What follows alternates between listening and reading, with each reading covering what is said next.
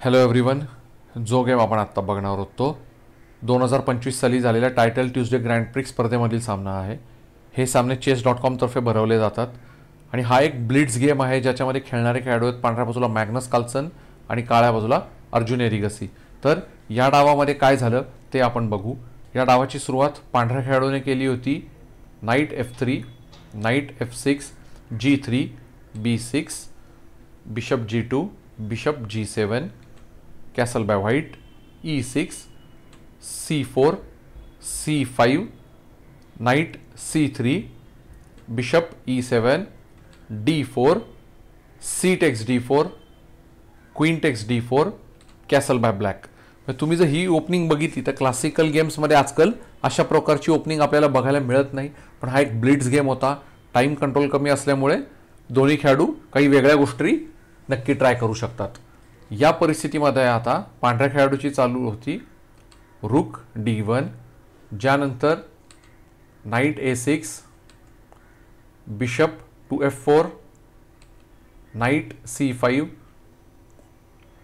रुक A2 C1, A6, B4 आणि B4 चाल खेळून C5 वरच्या नाईटवर अटॅक आहे म्हणून नाईट E4.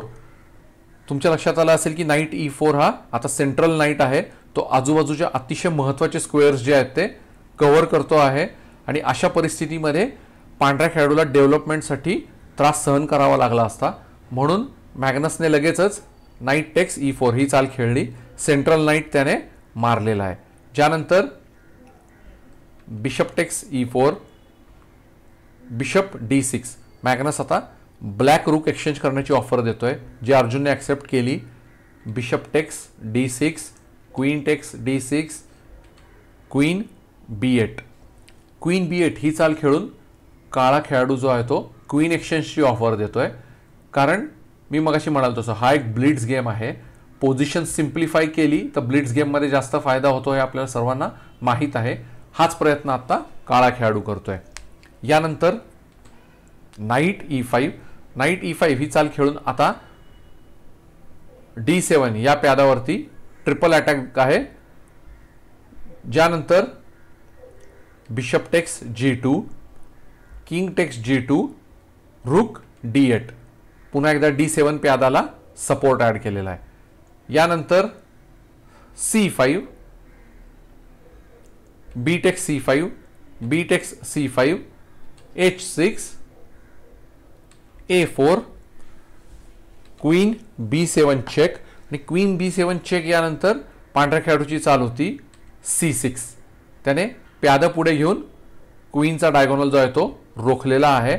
जर क्वीनने प्यादा मारलं तर रुक तो क्वीनला मारू शकेल, त्याच्यामुळे क्वीनने प्यादा मारणं शक्य नाही. सो D टेक्स C6 ही चाल काळ्या खेळाडूने खेळली. या परिस्थितीमध्ये पांढरा खेळाडू रुक मारू शकत होता आणि त्यानंतर एक क्वीनच्या बदल्यामध्ये 2 रुक त्याला नक्की मिळाले असते, पण ही रिस्क आता पांढऱ्या खेळाडूने घेतली नाही. त्याने क्वीन टेक्स C6 ही चाल खेळली आणि राजा आणि ब्लॅक क्वीन यांच्यामध्ये आपली व्हाईट क्वीन आणलेली आहे. यानंतर क्वीन B2.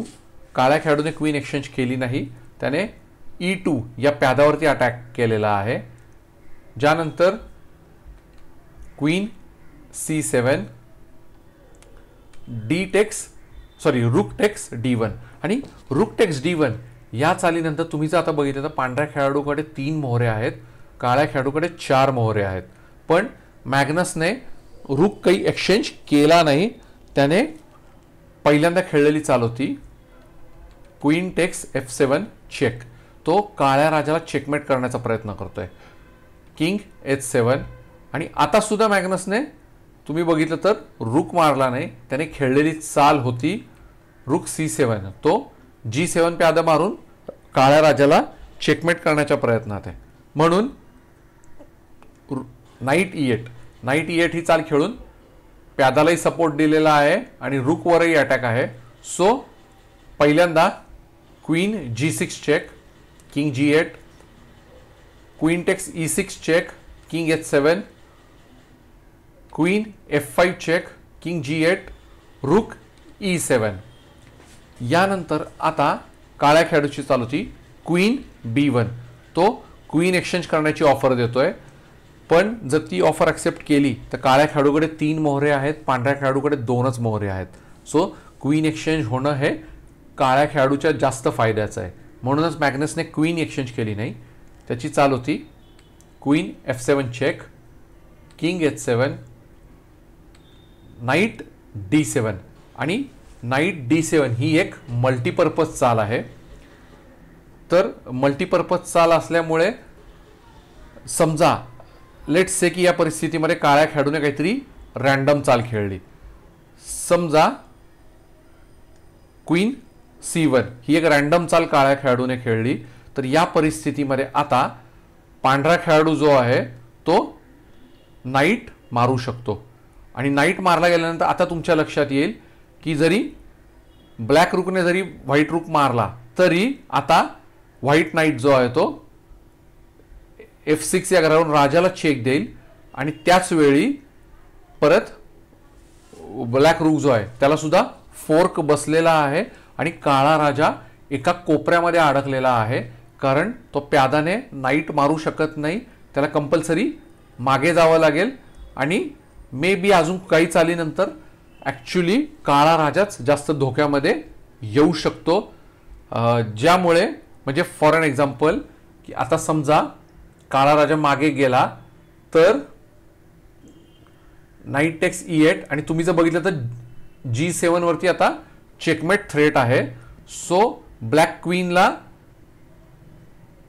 A1 H8 या डायगोनल वरतीच राहावं लागेल, अदरवाईज तो राजा पूर्णपणे आता कोपऱ्यामध्ये अडकलेला आहे. तर हे असं काहीतरी व्हेरिएशन बोर्डवरती दिसू शकतं. म्हणूनच नाईट D7 ही चाल जेव्हा पांढरा खेळाडू खेळला त्यानंतर काळ्या खेळाडूने लगेचच रूक टेक्स D7 ही एक्सचेंज ऑफ सॅक्रिफाईस असणारी चाल खेळली, पण त्याने ही काळजी घेतली की तो नाईट जो आहे तो काही झालं तरी F6 या घरावरती येणार नाही. मग आता या परिस्थितीमध्ये मॅग्नसची पुढची चाल होती रूक टेक्स D7. सो आता या पोझिशनमध्ये अर्जुनकडे एक नाईट जास्त आहे, पण मॅग्नसकडे 2 प्यादी एक्स्ट्रा आहेत. मग पुढची चाल होती queen E4 check, queen F3. Queen F3 ही चाल खेळून तुम्ही जर बघितलं तर मॅग्नसने क्वीन एक्सचेंजची ऑफर दिली. काळा खेळाडू आता क्वीनचा डायगोनल सोडून बाजूला जाऊ शकत नाही, कारण तसं जर केलं तर ब्लॅक रूक सुद्धा मारला जाऊ शकतो. सो नाईट F6 क्वीनलाही सपोर्ट दिला, रूकवरही अटॅक केला. Rook D6, queen takes F3 check, E takes F3, A5, G4, king G8, king G3. आता दोन्ही खेळाडू आपला राजा गेममध्ये आणतायत. King F7, H4, king E7, रूक B6, नाईट D7. पुन्हा एकदा व्हाईट रूकवरती अटॅक आहे. सो रूक B5, किंग D6, रूक B7, किंग C6, रूक B1, नाईट C5, रूक C1, रूक B8, F4, रूक B4, F5, रूक टेक्स A4, G5. म्हणजे तुम्ही जर बघितलं तर मॅग्नसने आता आपल्याकडे जी एक्स्ट्रा प्यादी आहेत त्यांचा वापर करून आपली प्यादी जी आहे ती आता पुढे ढकलायला सुरुवात केलेली आहे आणि हळूहळू ती प्यादी आता 5व्या रो मध्ये पोहोचलेली आहेत.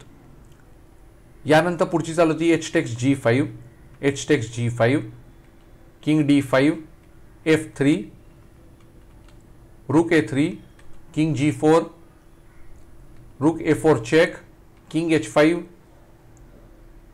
रूक F4, F6, G text F6, G6 आणि G6 ही चाल खेळून पांढरा प्यादा आता पास्ट पॉन मध्ये कन्वर्ट झालेला आहे.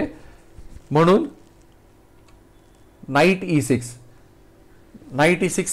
चाल खेळून ते प्यादा पुढे जाणार नाही याची काळजी घेतली.